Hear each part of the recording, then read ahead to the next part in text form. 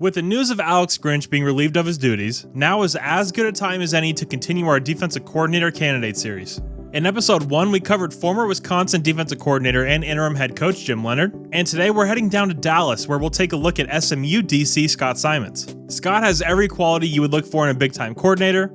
If you aren't familiar with him or if you're on the fence, wait until the end of this video, learn about his scheme, experience, and success, and then tell me where you stand. Let's get into it.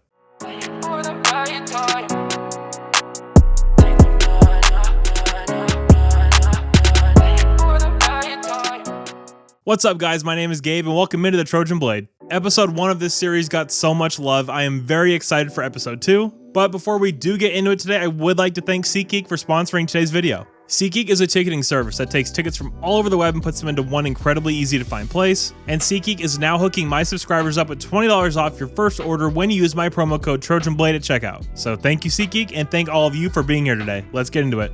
So real quick, I do want to shout out Rusty, aka Arrogant Nation on Twitter, for pointing Scott out to me. This is his #1 target for the DC job, and if any of you have interacted with Rusty before, you'll know how smart he truly is. So the second he said he was interested in Scott, I knew I had to do some research on him as well. Rusty's Twitter is linked in the description, so make sure you go give him a follow for the best USC content out there.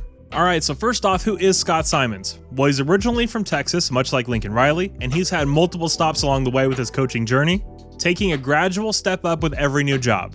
He's also primarily walked into situations, much like at USC, where things are in complete disarray and they need to be completely overhauled. And each and every time he has done just that. Let's go back to 2018. Liberty were an absolute dumpster fire on defense, giving up almost 40 points per game. That was good enough for 118th nationally.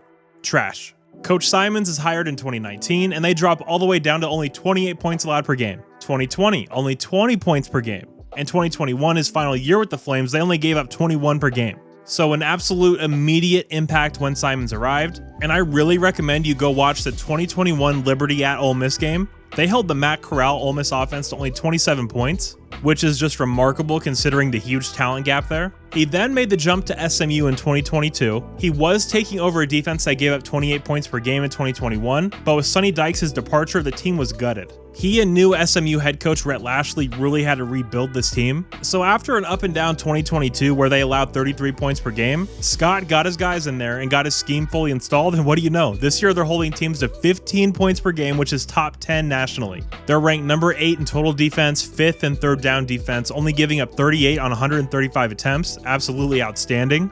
They're 10th nationally in first downs allowed. They're the number 15 red zone defense. I could go on and on. This is an elite defense. Just watch an SMU game from this year. Watch the way they fly around and make plays. They play with confidence and swagger, something we're obviously lacking in a major way at USC. Now, scheme-wise, what are we looking at? Scott does mix things up depending on what personnel he has available to him. It won't be like a Grinch situation where he runs what he runs and it doesn't matter what kind of players are in the program. His base defense is a 3-3-5, but he will throw out some traditional 3-4 looks as well as some 4-2-5 mixed in there as well. Against some of the offenses they've been going up against in the American Conference, they run a lot of drop 8, but again, that would change once we get into the Big Ten. He will change the approach based on the opponent, unlike our last DC. How about size? I know this is a big one for a lot of you out there. So let's look at the defensive front for SMU. Their starting defensive end is 6'4", 280, much bigger than Solomon Byrd, who's 250 on a good day. Their two interior guys are 6 foot 280, but the guy looks way bigger than 280 to me. And the other one is 6'3", 307, absolute monster. They don't use undersized guys along the line, especially in that interior. So I know that's one of the keys on the checklist for most SC fans for the next DC. No worries there, Scott doesn't play that game. And like I said, he is a guy that will change the type of bodies he's using depending on what situation he's in. He wouldn't go into games against Michigan and Iowa with 270-pound nose tackles. Not gonna happen. Scott actually discussed his defensive philosophy when he was hired at SMU. If this sounds like coach speak to you, trust me, it's not. Go and watch some SMU football and you'll see he practices what he preaches. Have a listen.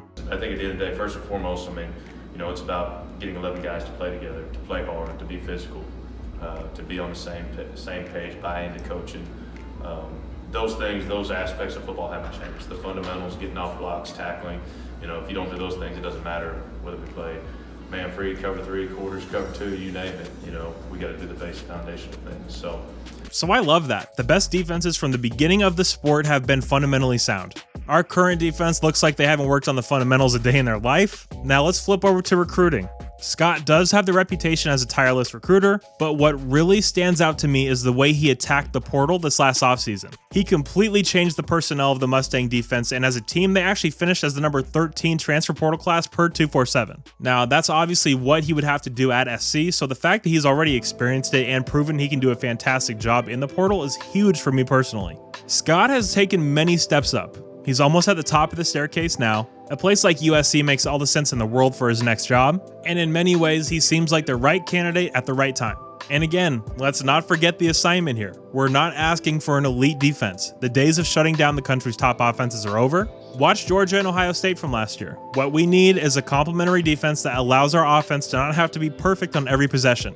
A top 30 defense and we're in the playoff. Top 20 and we're title favorites. It's really as simple as that. But guys, now that you have learned more about him, I am curious to know what you all think. Please do leave a comment telling me your thoughts, or simply like this video if you're a fan of Scott Symons as well. That's a very easy way for me to track things. And guys, episode 3 of this series will be out next week, so if you have any recommendations for some candidates you want to see, please leave those down below as well. Alright guys, if you did happen to enjoy this video, please do leave a like and subscribe to the channel. It helps me out so much. And if you do want to help support the channel in an even bigger way, you can do so over on the Trojan Blade Patreon, which I do have linked down below in the description. Feel free to check out the Trojan Blade store as well. Thank you guys so much for all your continued support. You are all awesome, and as always, take care and fight on.